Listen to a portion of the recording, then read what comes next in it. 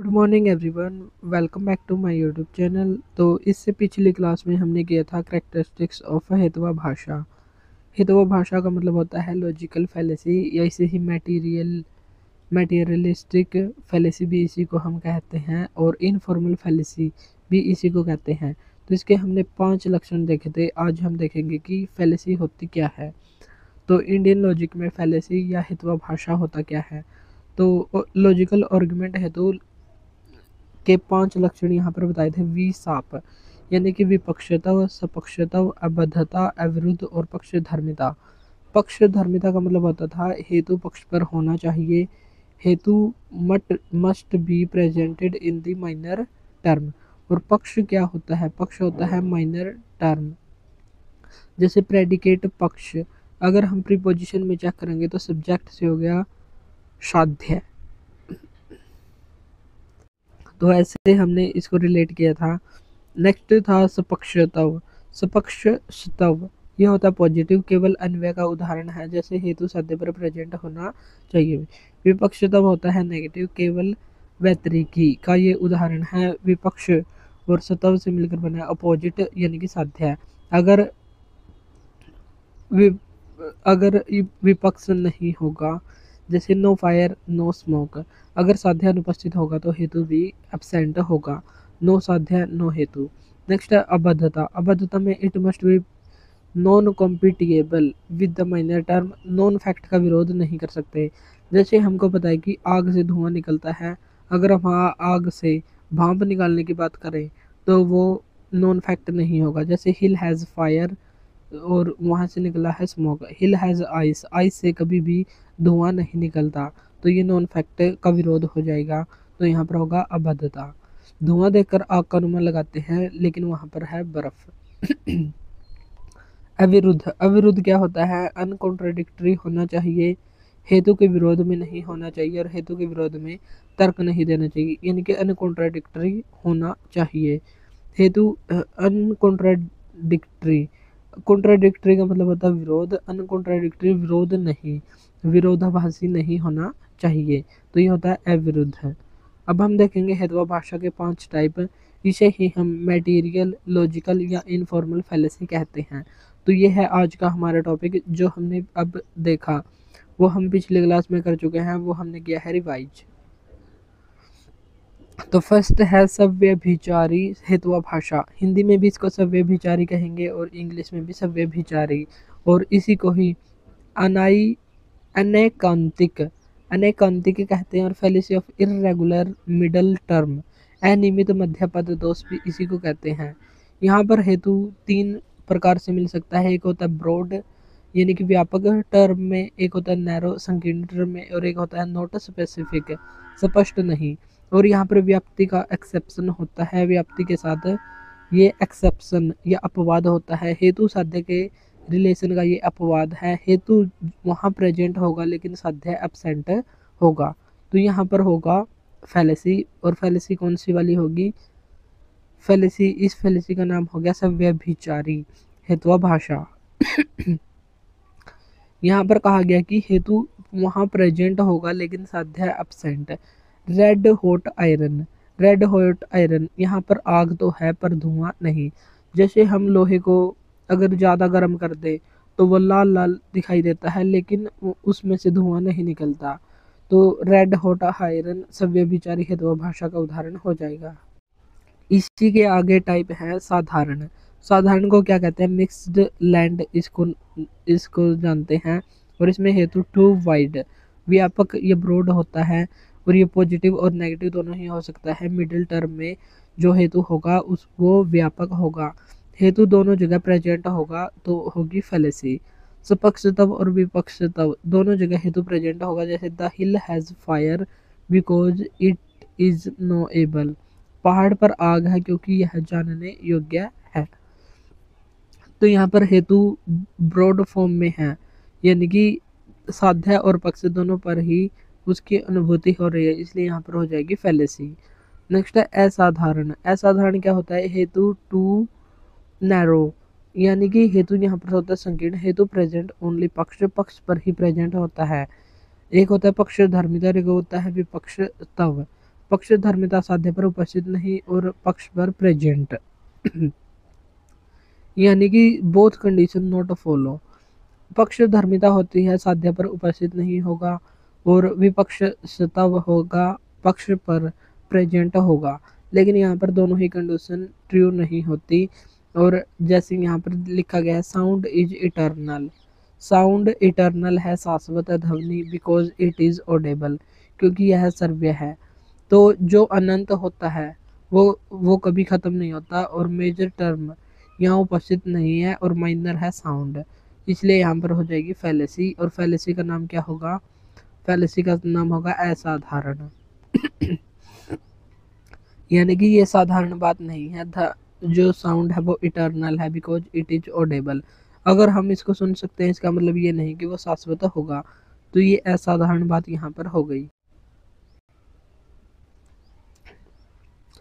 Next third part. तो अब हमने क्या देखा, ये असाधारण। असाधारण में हेतु नैरो फॉर्म में होता है और हेतु प्रेजेंट ओनली पक्षधर्मिता और विपक्षता दोनों ही कंडीशन को फॉलो नहीं करता। जैसे sound is eternal because it is audible. तो ध्वनि शाश्वत है क्योंकि यह सर्व्य है और ये होगा माइनर। मेजर टर्म यहाँ पर उपस्थित ही नहीं है। नेक्स्ट है अनुपंसारी। अनुपंसारी क्या होता है? हेतु नॉट स्पेसिफिक, जहाँ पर हेतु स्पेसिफिक नहीं, एक्सक्लूसिव नहीं होता। Anything which is not specific, जैसे यहाँ पर दिया हुआ है all things are eternal because they are knowable. हम सभी चीज़ों को जानते हैं क्योंकि वे शाश्वत है। सभी चीज़ें शाश्वत है क्योंकि वह जानने योग्य हैं। अगर वो जानने योग्य है जरूरी नहीं वो शाश्वत ही हों। तो यहाँ पर नॉट स्पेसिफिक की बात कही गई है। ऑल में क्या क्या आएगा, तो ये एक विषय हो सकता है।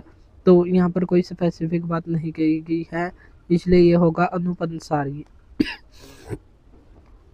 हेतु नॉट नॉन एक्सक्लूसिव होगा और माइनर टर्म ऑल इंक्लूसिव होगा। The minor term stand for all possible object. Minor term all possible object के लिए खड़ा होगा, यानी कि उनको सभी के लिए अस्पष्ट होगा। नेक्स्ट पार्ट है टू हेतुआ भाषा का असिद्ध हेतुआ भाषा। यहाँ पर क्या होगा? Fallacy of unproven middle term. जो अनप्रूवन है, जो जिसको साबित नहीं किया जा सका, वो मिडल टर्म यहाँ पर होगी। फॉल्स प्रीमाइज होगा, जो प्रीमाइज होते हैं वो फॉल्स होगा। हेतु प्रूव ही नहीं हो पाएगा, हेतु प्रॉपर रीजन नहीं दे पाएगा। हेतु और माइनर टर्म पर प्रूव नहीं होगा, यानी कि हेतु जो माइनर टर्म पर प्रूव होता है वो प्रूव नहीं हो पाएगा क्योंकि यहाँ पर होगी फॉल्स प्रीमाइज। तो यहाँ पर कैसे होगा? जैसे all students with specs are intelligent. जो सभी स्टूडेंट्स हैं विद स्पेक्स, जो चश्मे वाले स्टूडेंट हैं वो सभी इंटेलिजेंट हैं। देयरफॉर खुशी इज इंटेलिजेंट। तो यहाँ पर क्या हो जाएगा? असिद्ध हो जाएगा। असिद्ध कैसे होगा? क्योंकि यहाँ पर फॉल्स प्रीमाइज है और हेतु प्रूव नहीं कर पाएगा। जैसे इसने कहा चश्मे वाले सभी स्टूडेंट्स इंटेलिजेंट हैं, तो जरूरी नहीं जो चश्मा पहने वो इंटेलिजेंट हो। तो यहाँ पर प्रॉपर रीजन नहीं दे पा रहा, इसलिए होगा असिद्धा। असिद्ध हो जाएगा, सिद्ध नहीं कर पाएगा। तो यहाँ पर होगा असिद्धा हेतुआ भाषा। इसके भी आगे 3 टाइप हैं और इसमें पहला टाइप होगा आश्रय असिद्धा। आश्रय असिद्धा का मतलब होता है आश्रित या निर्भर। माइनर टर्म यानी कि पक्ष इमेजिनरी या अनरियल काल्पनिक होगा। जैसे यहाँ पर है sky lotus is fragrant because it is a lotus. Sky lotus या आकाश कमल सुगंधित है क्योंकि वह झील के कमल की तरह है, कमल है। तो यहाँ पर आकाश कमल की बात कही गई है जो एक काल्पनिक होगा। तो माइनर टर्म यहाँ पर इमेजिनरी होगी। तो माइनर टर्म जब इमेजिनरी हो तो वहाँ पर होगा आश्रय असिद्धा। नेक्स्ट पार्ट है स्वरूपा असिद्धा। स्वरूप असिद्धा, इसमें माइनर टर्म रियल होगी और अपने मूल स्वरूप में उपस्थित नहीं होगा, ओरिजिनल पोजीशन या फॉर्म में प्रेजेंट नहीं होगा। जैसे sound is a quality because it is visible. जैसे साउंड है, साउंड एक ऑडिबल है लेकिन ये अपने मेन फॉर्म में प्रेजेंट नहीं है। तो विजिबल है, विजिबल हेतु है यहाँ पर, तो ये है तो रियल लेकिन अपने मूल रूप में उपस्थित नहीं होगा, इसलिए होगा स्वरूप असिद्धा, दूसरे रूप में ये मिलेगा। तो माइनर टर्म यहाँ पर होगी रियल, जैसे साउंड ऑडिबल है लेकिन यहाँ पर दिखाया गया है साउंड को विजिबल, तो इसलिए स्वरूप असिद्धा की फैलेसी यहाँ पर होगी। जैसे sound is eternal because it is visible, ध्वनि एक गुण है क्योंकि यह दृश्यमान है, तो यहाँ पर कौन सा होगा, स्वरूप असिद्धा वाली फैलेसी यहाँ पर होगी। नेक्स्ट है व्याप्त असिद्धा। व्याप्ति क्या होती है, यूनिवर्सल कॉम्मिटेंस होती है, और व्याप्ति कंडीशनल या सपाधिव नहीं होती। और इसके कीवर्ड क्या होते हैं, इफ या व्हेन एवर, यानी कि इसमें कंडीशन होगी, और व्याप्ति पर कंडीशन नहीं होती क्योंकि ये यूनिवर्सल होता है। और जो व्याप्त व्याप्त असिद्धा होता है, व्याप्ति में होती है कंडीशन, और कंडीशन होती है यूनिवर्सल। यूनिवर्सल कॉन्कोमिटेंस होता है, लेकिन अगर इसमें कंडीशन लगा दी जाए तो वहाँ पर हो जाएगी फैलेसी। तो व्याप्ति पर रियल में कोई कंडीशन नहीं होती, लेकिन कंडीशन यहाँ पर लगा दी जाती है इफ या व्हेनेवर से। जैसे यहाँ पर एक एग्जांपल दिया गया है, फायर स्मोक्स ओनली, तो ओनली की लगा दी condition, when it is associated with the wet और वाटी फ्यूल, जहाँ पर भी आग है वहीं पर धुआं है, यह धुआं की उपस्थिति केवल, जो ओनली वर्ड लगाया है, गीली लकड़ी या ईंधन की वजह से है। धुआं तो और अन्य कारण से भी हो सकता है, लेकिन ये यूनिवर्सल बात थी, व्याप्ति थी, लेकिन इस पर ओनली ये कंडीशन लगा दी, इसलिए यहाँ पर ये हो जाएगी फैलेसी। और व्याप्त तव फैलेसी यहाँ पर हो जाएगी व्याप्त असिद्धि फैलेसी। नेक्स्ट है बाधिता। बाधिता हेत्वाभाषा, ये बाधित फैलेसी। नॉन इनफ्रेंटिकली कॉन्ट्राडिक्टेड मिडल, यानी कि गैर अनुमानित विरोधाभासी मध्य पद दोष यहाँ पर होगा। एक ही कंक्लूजन सेंटेंस में मध्य पद या मध्य मिडिल टर्म का विरोध होगा। इसमें क्या होगा, इसमें एक ही कंक्लूजन होगा या सेंटेंस होगा और उसी में मिडिल टर्म का विरोध होगा, उसका अपोज होगा, इसलिए बाधित हेतुआ भाषा। बाधित हेतुआ भाषा को कहते हैं, हेतु को हम कहते हैं माइनर टर्म, बाधित होगी। माइनर टर्म कौन सी है, मिडिल टर्म, तो यहाँ पर मिडिल टर्म का विरोध होगा या मध्य पद का यहाँ पर विरोध होगा। कैसे होगा, कॉन्ट्राडिक्टेड बाय परसेप्शन, परसेप्शन से विरोध होगा। सेंसरी ऑर्गन, जैसे प्रत्यक्ष प्रमाण ज्ञानेंद्रियों की वजह से विरोध होगा। जैसे हम नॉन फैक्ट हैं उनका विरोध होगा, जिनको हम अच्छे से जानते हैं, ये यूनिवर्सल हैं, और अगर हम उनका विरोध करें तो वहाँ पर कौन सी फैलेसी होगी, तो वहाँ पर फैलेसी का नाम होगा बाधित हेतुआ भाषा। और अबाधित हेतुआ भाषा या अबाधित हेतु, ये क्या होता है, मीन्स ऐसा कोई भी कंक्लूजन नहीं देना जो हेतु का विरोध करे। तो रियल में तो ये होगा इसकी विशेषता। अगर ये ना हो तो वहाँ पर बाधित हेतुआ भाषा की फैलेसी हो जाएगी। जैसे यहाँ पर एक एग्जांपल दिया हुआ है, fire is cold. Fire is cold because it is liquid substance. आग ठंडी है क्योंकि यह पदार्थ है, लेकिन आग को हम जानते हैं, ये नॉन फैक्ट है कि आग गर्म होती है। यूनिवर्सल फैक्ट है कि ये गर्म होती है। कॉन्ट्राडिक्टेड बाय परसेप्शन, क्योंकि हमने इसको प्रत्यक्ष रूप से देखा है और हम इसके विरोध कर रहे हैं, तो ये होगी बाधित हेतुआ भाषा। All metals conduct electricity, would is metal, तो वुड भी इलेक्ट्रिसिटी को कंडक्ट करेगी, तो ये भी यहाँ पर नॉन फैक्ट है, क्योंकि लकड़ी से कभी भी बिजली नहीं गुजरती है। अगर लकड़ी गीली हो तो गुजर सकती है, लेकिन यहाँ पर सिंपल बात हो रही है, तो लकड़ी एक धातु नहीं है, और धातु से जैसे बिजली गुजरती है वैसे लकड़ी से नहीं गुजर सकती, क्योंकि ये नॉन फैक्ट है, इसलिए हम यहाँ पर भी हो जाएगी बाधित हेतुआ भाषा की फैलेसी। नेक्स्ट फोर्थ पार्ट, विरुद्ध फैलेसी या विरुद्धा हेतुआ भाषा। कॉन्ट्राडिक्टेड मिडिल टर्म फैलेसी होगी। एक ही कंक्लूजन में मिडिल टर्म का दो शब्द विरोध करेंगे। अगर नॉन फैक्ट का विरोध हो तो वहाँ पर होगी बाधित। अगर विरुद्ध, यहाँ पर कंक्लूजन में मिडिल टर्म का दो शब्द विरोध करेंगे, तो मेजर टर्म और मिडिल टर्म ये अपोज दोनों ही करेंगे। जैसे sound is eternal because it is produced.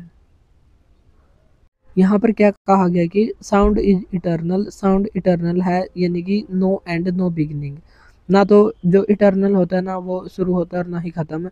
और बिकॉज इट इज़ प्रोड्यूस्ड, यहाँ पर कहा गया प्रोड्यूस्ड यानी कि इसको स्टार्ट या बिगिन किया जा सकता है, जो पैदा हो सकती है वो इटर्नल है, यहाँ पर ये बात कही गई है। और इसलिए ये दोनों अपोजिट हो जाएंगे और यहाँ पर होगी कौन सी फैलेसी, तो यहाँ पर होगी विरुद्ध फैलेसी या विरुद्धा हेत्वाभाषा।